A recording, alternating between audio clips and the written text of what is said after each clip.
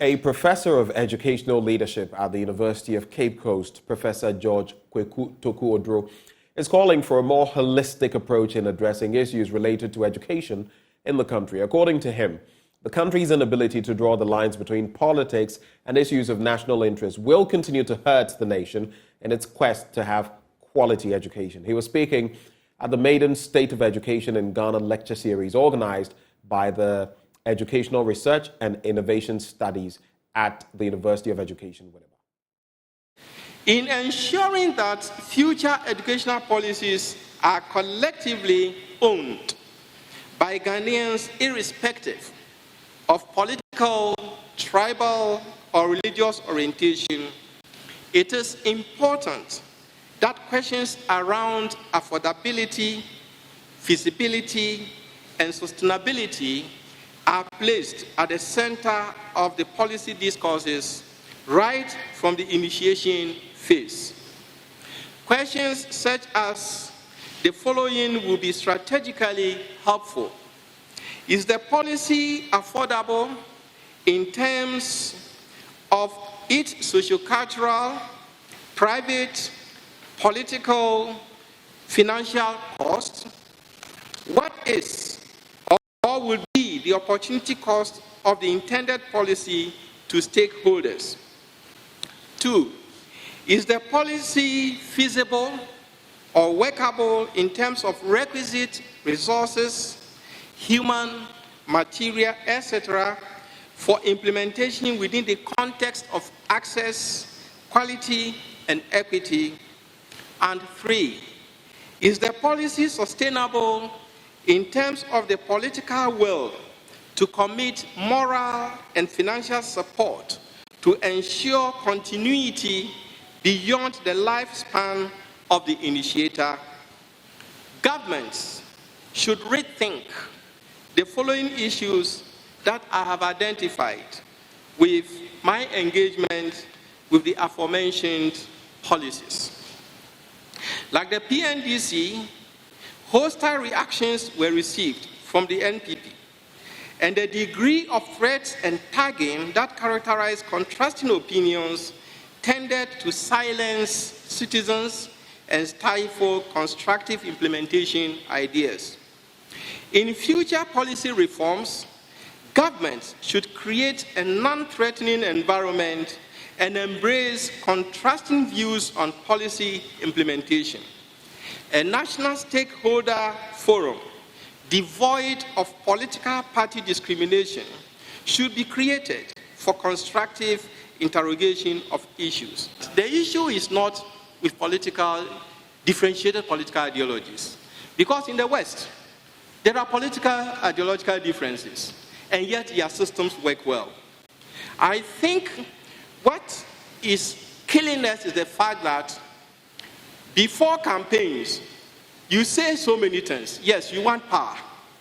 So you promise, you come out with manifestos, you want it, that one, fine.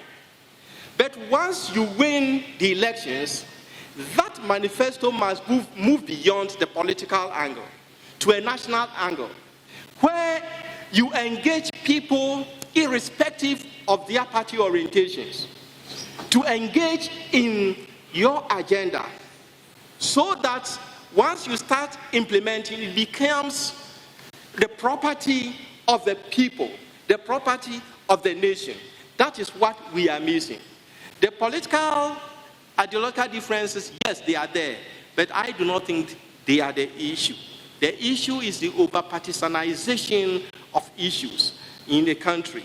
We need to look at that. I thank University of Education Winneba for creating this forum, which will be engaging. One thing that is affecting education seriously is the fact that we have developed a mentality of not drawing line between political party leadership and governance leadership. So you have at the district level, for instance, we have a district chief executive who should represent the district, behaving like the chairman of the constituency chairman of Party A or Party B. You have a regional minister who should be projecting the interest of the region. The region which comprises people of different religious, tribal, political orientations, who behaves as the chairman of the regional chairman of a political party. And that is the challenge that we have.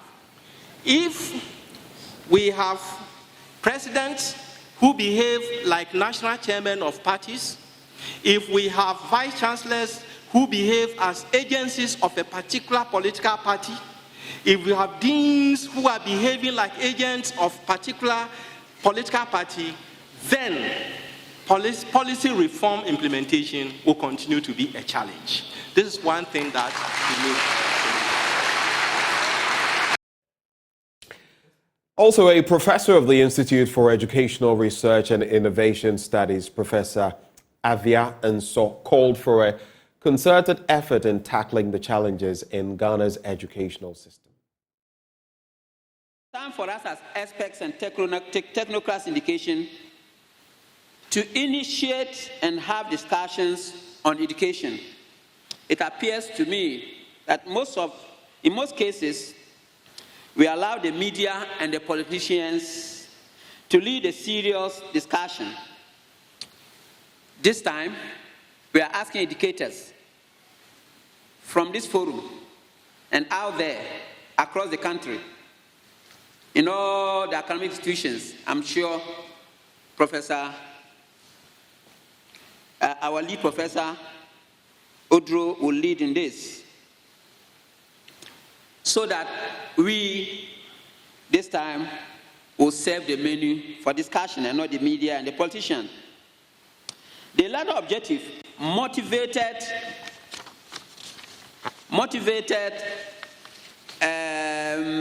our choice of the two academics, one as a speaker and the other as a discussant. Because if you want to bring home the debates so that we can be the initiators, we can lead the discussions, it means that we might have academics who would obviously lead that aspect of it and state that very categorically. We also brought two representatives of the two main political parties. You have them on the Honorable Fojo and Honorable Park. I hope you are able to make it.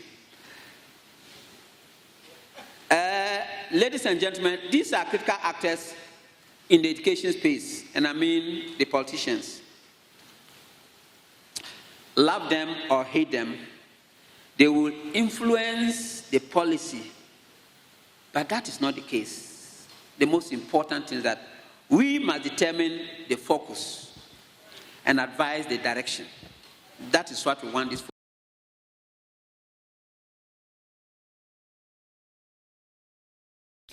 And the Dean of the School of Creative Arts at the university, Professor Obed Akwa, underscored the need for a critical review of Ghana's educational sector. As a teacher education institution, Education for Excellence, I think that such discussions are very core to our mandate. You know, our vision to be an internationally reputable institution for teacher education. And we have the mission to train competent teachers for all levels of education, do research, and disseminate information. And so it is within our mandate to drive educational policies relevant to our academic programs as an institution. And you agree with me that Ghana has actually faced several challenges in its education system. Historically, we can talk about access to education was limited, especially in the rural areas. However, the government made significant efforts to improve access and quality. So, those of you in education, remember in 1987, Ghana introduced the free and compulsory basic education policy just to ensure that every child had access to basic education. And over time, enrollment rates increased. The primary school completion rate improved. So Ghana has continued to make progress in its educational system. Ladies and gentlemen, we are not oblivious of the fact that there are still challenges. There have been efforts to improve infrastructure, teacher training, and access to educational resources. However, there are still issues with overcrowded classrooms, teacher shortages, disparities between urban and rural areas in terms of access to quality education. We can talk of curriculum relevance and the readiness of our graduates for the job market. It is essential to note that the future of education in any country is influenced by various factors. So we can talk about government policies, economic conditions, technological advancement, and societal changes. So therefore, the trajectory of education in Ghana would depend on how these factors evolve and how effectively all stakeholders, including our university, will address them.